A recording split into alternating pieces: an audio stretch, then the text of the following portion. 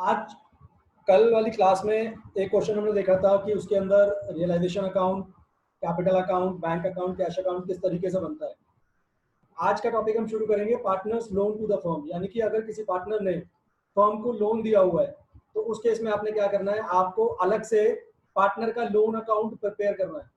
और ध्यान रखिएगा, आप पार्टनर का लोन अकाउंट हमेशा कैपिटल अकाउंट से पहले बनाएंगे। ठीक है, यहाँ पर लिखा भी हुआ है because at the time of dissolution capitals are paid off only if any balance is left after payment of partners loan. तो पार्टनर्स की लोन की पेमेंट करने के बाद अगर कुछ बचता है उससे पार्टनर्स की कैपिटल को या उन पार्टनर्स को पेमेंट की जाती है। तो पार्टनर लोन की पेमेंट करने की एंट्री बनती है partners loan account debit to cash या बैंक। ठीक है, अब देखिए दो पॉइंट्स यहाँ पर। Loan taken from a partner will be pass through cash और बैंक अकाउंट, जैसे ये वाला था partners loan debit to cash या बैंक। और अगर हमने पार्टनर को लोन दिया है यानी कि loan given to a partner will be transferred to his capital account. तो अगर हमने पार्टनर से लोन लिया है, ध्यान से सुनिएगा, अगर हमने पार्टनर से लोन लिया है तो वो हमें मिलेगा हमारी लायबिलिटी साइड बैलेंस शीट में। बट अगर हमने पार्टनर को लोन दिया है तो वो मिलेगा हमारी एसेट साइड में। और जो लोन एसेट साइड में लिखा मिलेगा उसको आपने पार्टनर के कैपिटल अकाउंट में डेबिट साइड में ट्रांसफर करना है। इन दो लाइनों का ये मतलब है। अब अगली चीज, asset taken over by the partner. अगर कोई पार्टनर एसेट ले लेता है, जब हमने रियलाइजेशन अकाउंट सीखा था तो भी मैंने बताया था आप उसको रियलाइजेशन अकाउंट के क्रेडिट साइड में लिखते हैं और जितनी वैल्यू पर एसेट लिया जाता है उतनी वैल्यू से एंट्री पास होती है। For example, if partner A takes over furniture of the book value 10,000 at ₹7,000। A एक पार्टनर है, उसने 10,000 रुपए का फर्नीचर था जिसकी बुक वैल्यू 10,000 रुपए थी, उसको उसने 7,000 रुपए में ले लिया। तो हम एंट्री 7,000 रुपए से करेंगे। एंट्री बनेगी a capital account debit to realisation account 7,000। और नीचे लिखा हुआ है above mentioned entry will also be recorded for taking over an unrecorded asset. यानी कि कोई अगर अनरिकॉर्डेड एसेट है और पार्टनर ने बोला कि मैं वो अनरिकॉर्डेड एसेट ले लेता हूं, तो भी आप सेम एंट्री पास करेंगे, तब भी ऐसी ही एंट्री पास होगी। उसके बाद आगे चलते हैं, liability taken over bye partner. अगर पार्टनर लायबिलिटी लेता है, देखिए जब एसेट ले रहा था तो हमने एंट्री पास करी थी partners capital debit to realisation. Liability में उल्टा कर दो, realisation account debit to partners capital account. और सेम चीज आपने ध्यान रखनी है अनरिकॉर्डेड लायबिलिटी के लिए भी। अनरिकॉर्डेड लायबिलिटी होगी तब भी आपने यही एंट्री पास करनी है। और जितने की लायबिलिटी वो लेता है, जितने में लायबिलिटी को लेता है उतने अमाउंट से इसकी एंट्री होती है। अब एक क्वेश्चन से इसको समझते हैं। एबीसी तीन पार्टनर हैं, ये उनकी बैलेंस शीट गिवन है और ये उनकी रेशियो दे रखी है 1/2, 3/10, 1/5। 20,000 of the debtors proved bad. BR were realized in full.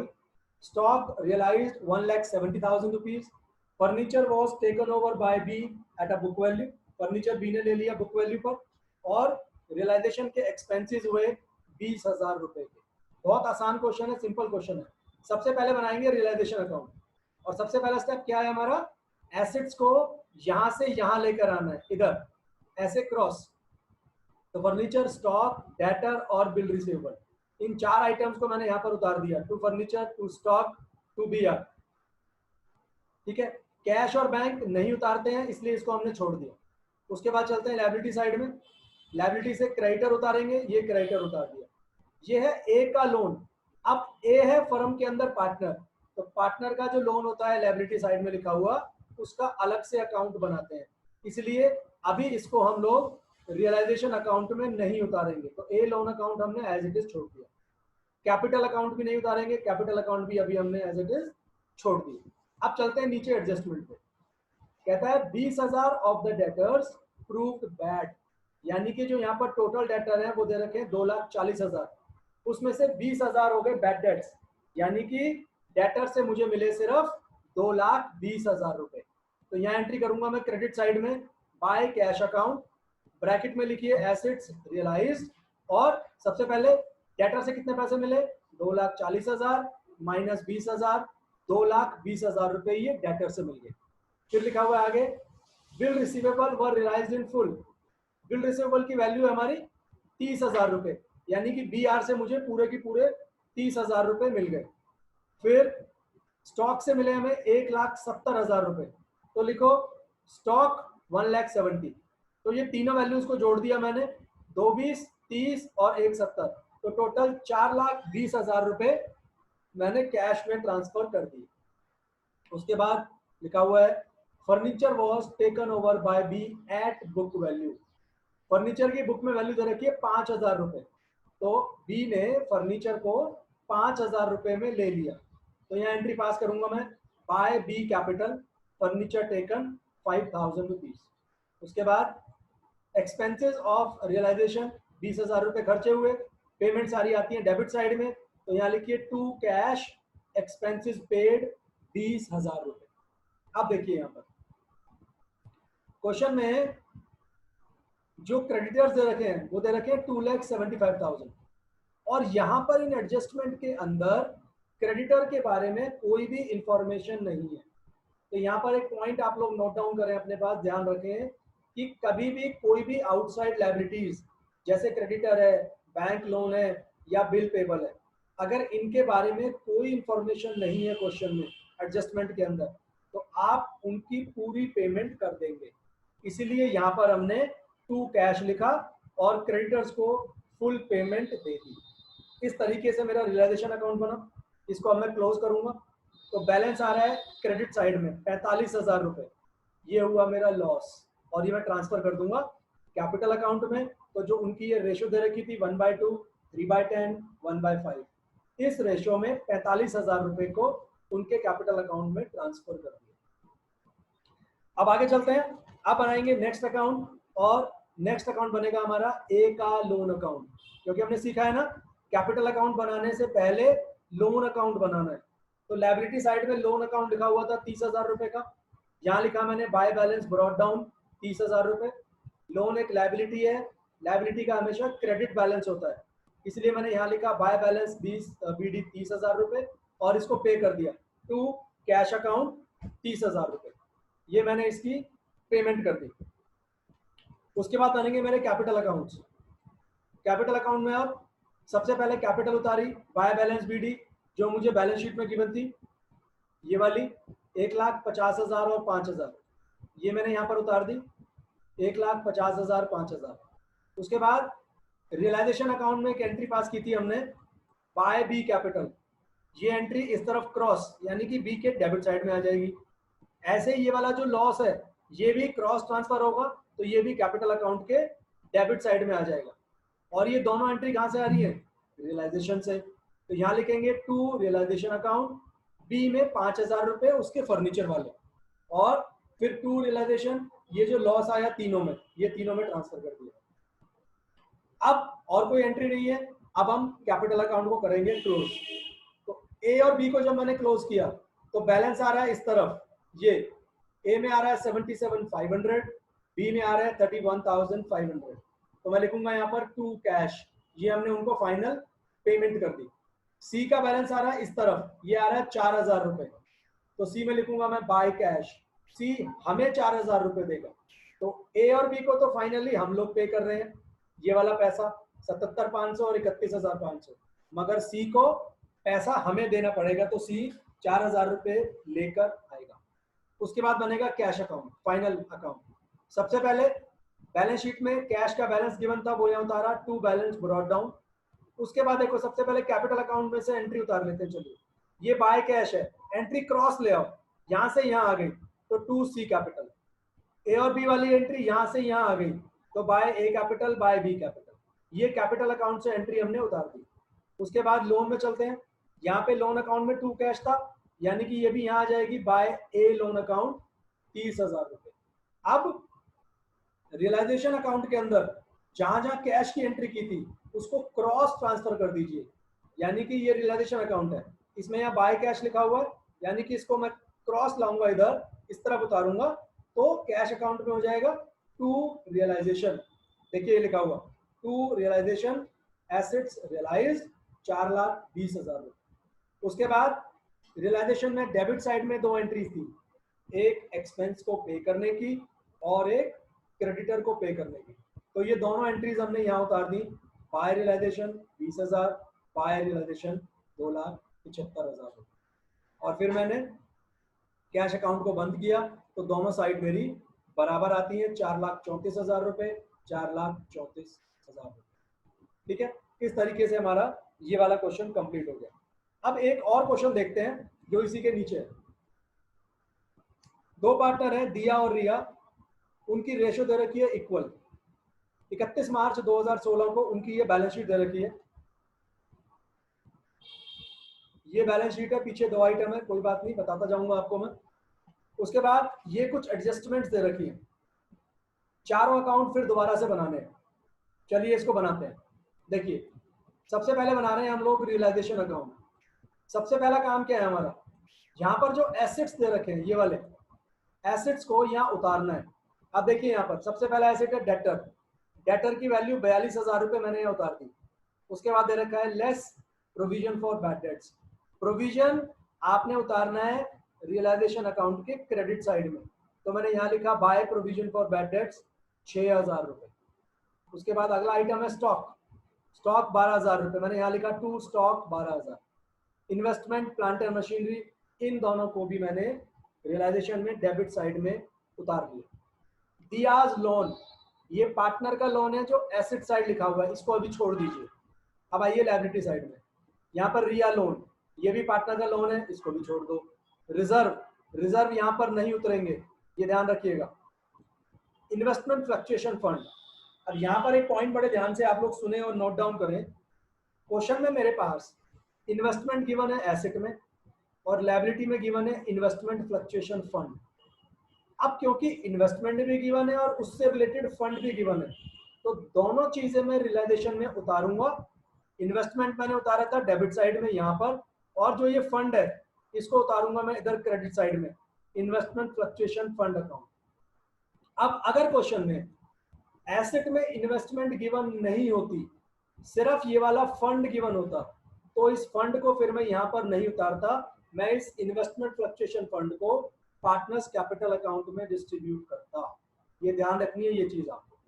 आगे तो फंड हमने यहाँ उतार दिया। उसके बाद है कैपिटल बैलेंसेस जो हमने नहीं उतारने। अब चलते हैं एडजस्टमेंट।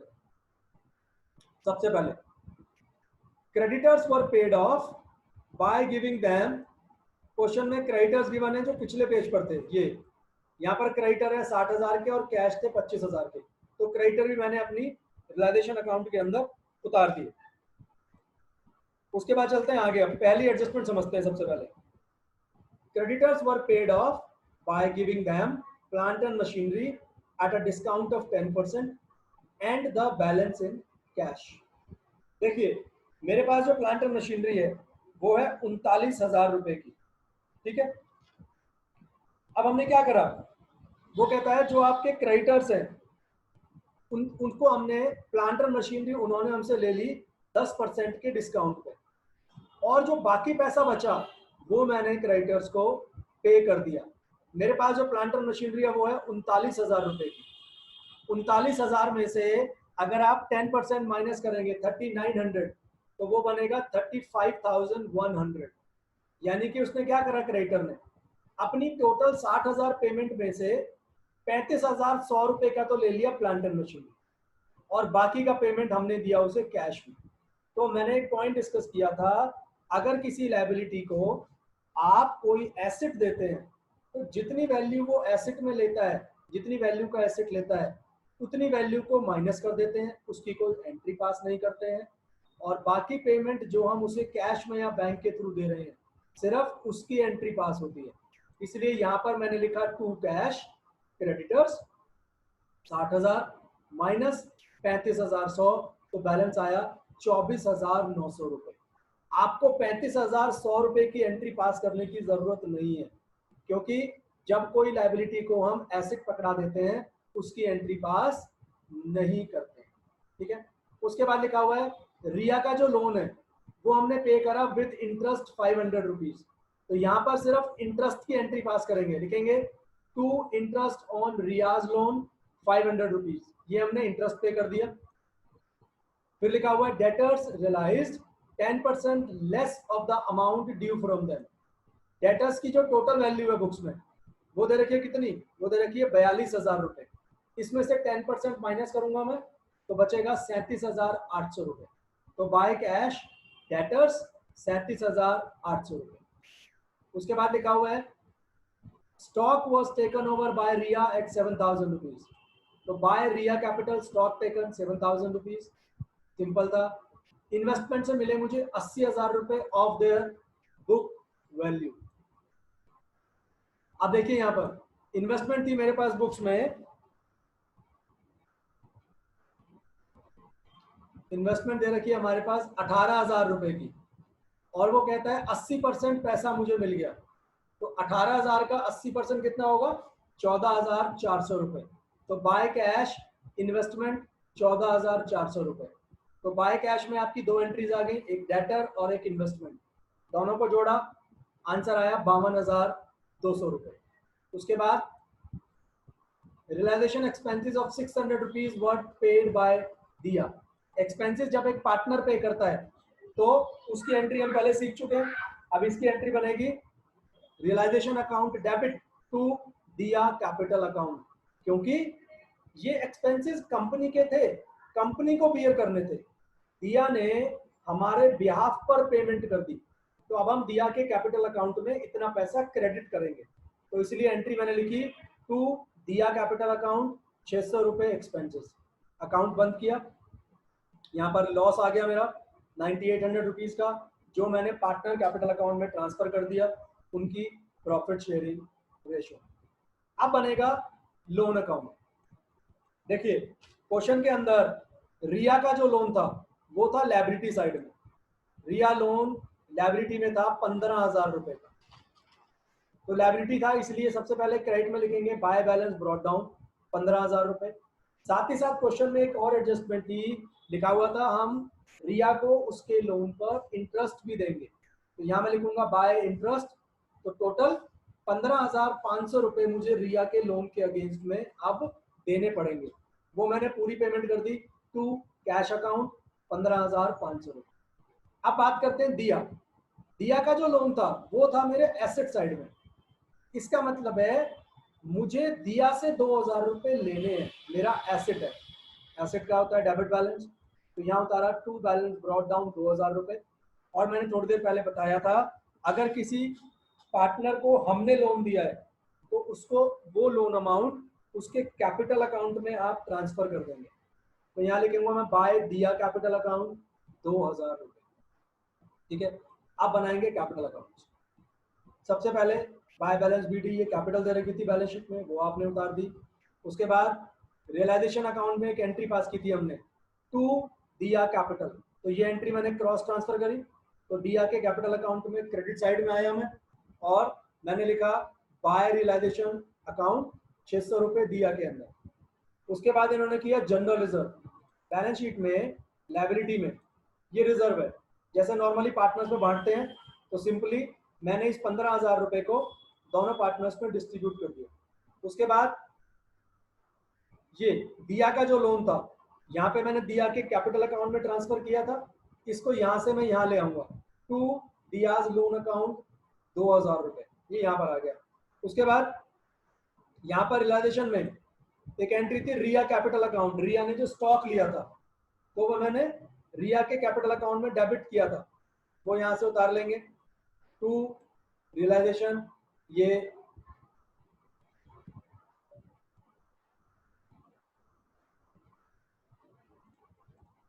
सॉरी यहाँ आ गया, ये टू रियलाइजेशन रिया में 7,000 रुपीज।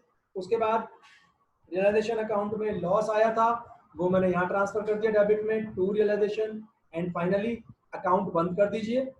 बैलेंस आ रहा है इस तरफ रिया का 25,600 और दिया का 11,200, तो दोनों को लिख दिया मैंने टू कैश, उनकी मैंने पेमेंट कर दी। अब बड़ा आसान काम रह गया है सिर्फ कैश अकाउंट बनाना। तो सबसे पहले टू बैलेंस ब्रॉट डाउन 25,000 रुपये यहाँ उतारा। उसके बाद ये कैपिटल अकाउंट में एंट्री है टू कैश, ये वाली जब हमने कैपिटल अकाउंट बंद किया फाइनली, इसको यहाँ ले आइए उतार के बाय रिया कैपिटल बाय दिया कैपिटल। उसके अलावा ऊपर देखते हैं रिया के लोन अकाउंट में एंट्री पास करी थी 2 कैश 15,500, ये यहाँ लिखा हमने बाय रियाज लोन अकाउंट 15,500 रुपये। और रियलाइजेशन अकाउंट के अंदर 2 एंट्रीज थी, एक थी एसेट को सेल ऑफ करने की और एक थी क्रेडिटर्स को पे करने की। तो एसेट की सेल ऑफ करने वाली डेबिट में आ गई कैश अकाउंट के टू रियलाइजेशन, और पेमेंट करने वाली आ गई क्रेडिट में बाय रियलाइजेशन 24,900 रुपये। और मैंने दोनों अकाउंट को बंद किया, सॉरी कैश अकाउंट मैंने क्लोज किया, तो दोनों साइड मेरी बराबर हो गई 77,200। इस तरह तरीके से क्वेश्चन बहुत आसान है इस चैप्टर के। अब थोड़ी सी बात कर लेते हैं गुडविल की, कि अगर इस क्वेश्चन में, इस चैप्टर के क्वेश्चन में गुडविल गिवन हो तो क्या करना है। बहुत ही आसान काम करना है, जो चक्कर एडमिशन में या रिटायरमेंट में था ऐसा यहाँ कुछ भी नहीं है। बैलेंस शीट में अगर आपके क्वेश्चन में गुडविल गिवन है तो जैसे आप बाकी एसेट उतारते हो ना रियलाइजेशन के डेबिट साइड में, बिल्कुल वैसे ही चुपचाप और प्यार से गुडविल को भी लिख देना। तो एंट्री बन जाएगी realisation account debit to goodwill account. और अगर क्वेश्चन में बैलेंस शीट में गुडविल है ही नहीं तो कुछ नहीं करना आपने, गुडविल नहीं है तो कुछ नहीं करना। और अगर उस गुडविल को बेचकर, यानी कि जो गुडविल बैलेंस शीट में दे रखी है और नीचे एडजस्टमेंट में लिखा हुआ है उस गुडविल को बेचकर कुछ पैसे मिले, तो जैसे बाकी एसेट को बेचकर एंट्री करते हैं ना by cash, same entry goodwill की ही बनानी है। तो cash account debit to realisation account. और अगर लिखा हो goodwill is taken over by any of the partner, किसी पार्टनर ने गुडविल ले ली, तो जैसे वही चीज अगर कोई एसेट लेता है तो पार्टनर एंट्री क्या पास करता हूं मैं, partners capital account debit to realisation. बिल्कुल सेम तरीके से एंट्री आपने यहां पर करनी है। और एक इंपॉर्टेंट चीज, if question is silent about realisation of goodwill, it is assumed that goodwill has not realised any amount. इसका मतलब ये हुआ बैलेंस शीट में तो गुडविल पड़ी है, आपने उसको रियलाइजेशन अकाउंट के डेबिट साइड में भी लिख दिया, बट नीचे एडजस्टमेंट में गुडविल की कोई वैल्यू नहीं मिली आपको, तो आप उस गुडविल को रियलाइजेशन अकाउंट के डेबिट साइड में ही लिखा रहने दें।